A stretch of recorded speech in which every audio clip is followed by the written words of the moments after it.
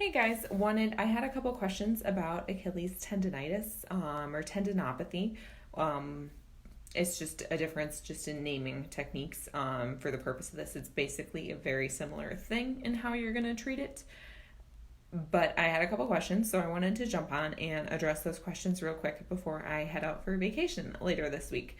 First off, you want to make sure you actually have Achilles tendinopathy or Achilles tendinitis if that's what you're treating, because if you're not sure if you have it, then you don't know. Well, if you're not sure you have it and you try a treatment and it's not for what you have, it may not work. So that's first thing to consider.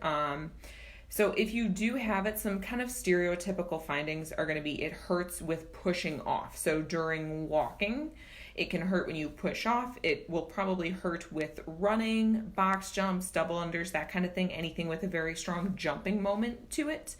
Also, those first few steps in the morning when you get out of bed are typically kind of tender, kind of painful, kind of stiff, or if you've been sitting for a long time and then you get up.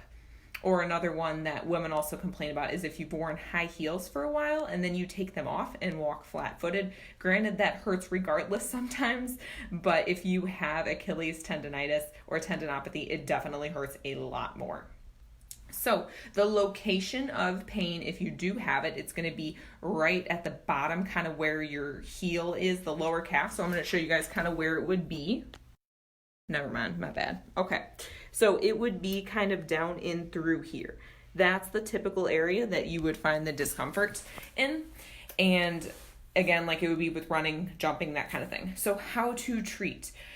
Basically, your number one go-to is going to be strengthening. So you're going to want to do heel raises, specifically single leg heel raises. If you can tolerate it, it depends how aggravated the symptoms are. So I usually, if symptoms are very irritable, it doesn't take much to tick them off. I usually start with a double leg heel raise off of a surface like a step, a stair, or a stool, so you can get that heel below where your toes are. That's going to be really important, so to make sure you go through that full range of motion. So you're going to let the heel drop down. You're going to start up on your toes. Take a good 5 seconds to go down. Hold at that bottom where your heel is hanging down and you're getting a stretch in the back of your calf for about 3 seconds.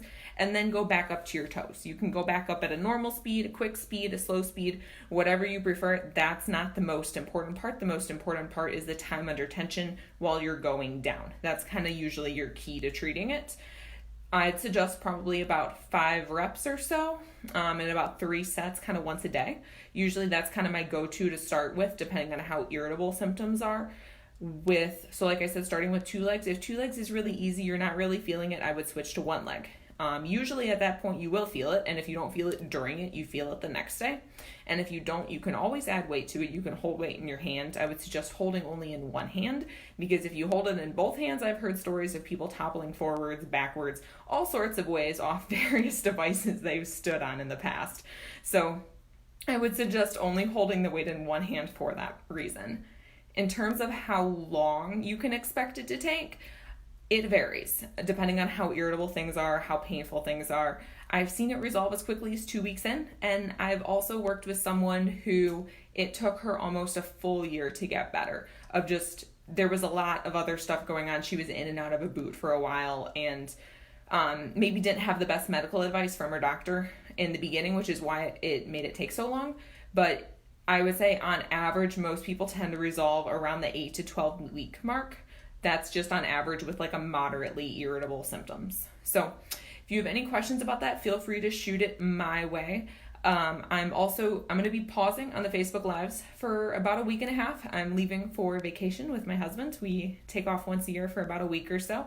So we will be gone. We're leaving Thursday, so I'll be holding on all of the lives and stuff and active marketing while we're gone. But I will still be available to answer questions. So if anyone has any questions, you can still shoot them my way. We will have, we're going international, so we'll have SIM cards where we're going. I'll have service for the most part, all that jazz. So hope y'all have a good night, and thanks for watching.